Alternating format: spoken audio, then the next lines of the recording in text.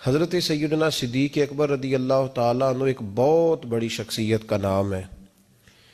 یہ واحد شخصیت ہے جس کی صحابیت کا انکار کفر ہے، اس لیے کہ ان کے لیے لفظ صحابی قرآن پاک نے استعمال کیا۔ اذ یقول لصاحبہ لا تحزن ان اللہ معنا، جب کہا انہوں نے اپنے صحابی سے کہ غم نہ کرو، ان اللہ معنا، اللہ ہمارے ساتھ۔ تو یہ غار کا جو واقعہ ہے اس میں لفظ صحابی قرآن پاک نے حضرت صدیق اکبر کے لیے بیان کیا۔ ان کے صحابی ہونے کا جو انکار کرے گا کافر ہو جائے گا۔ اعلیٰ حضرت فرمانے لگے دنیا میں نبی پاک صلی اللہ علیہ وسلم سے بڑا پیر کامل کوئی نہیں، اور جناب ابو بکر صدیق جیسا مرید بھی کوئی نہیں۔ اگر حضور علیہ الصلوۃ والسلام جیسا پیر کوئی نہیں تو حضرت ابو بکر صدیق جیسا مرید بھی کوئی نہیں۔ ہمارے ہاں لوگ مانتے ہیں اپنی مرضی کی چیزیں، جناب صدیق اکبر نے اس طرح مانا ہے جس طرح نبی پاک نے ماننے کا حکم دیا ہے۔ حضور نے فرمایا جب تجھے کسی سے محبت ہوتی ہے تو وہ تجھے بہرا بھی کر دیتی ہے، گونگا بھی کر دیتی ہے، اندھا بھی کر دیتی۔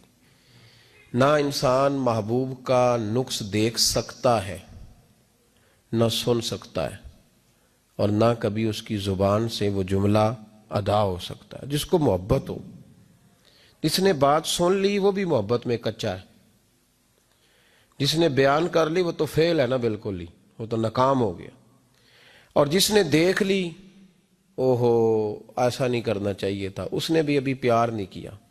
یہ وہ الفاظ ہیں حدیث کے جو خود رسول پاک نے بیان فرمائے۔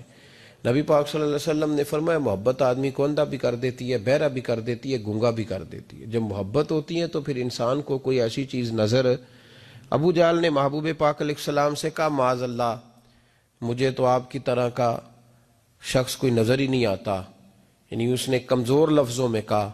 حضرت صدیق اکبر حضور کے سامنے کھڑے ہوئے تو کہنے لگے محبوب تیرے جیسا حسین نظر کوئی نہیں آتا۔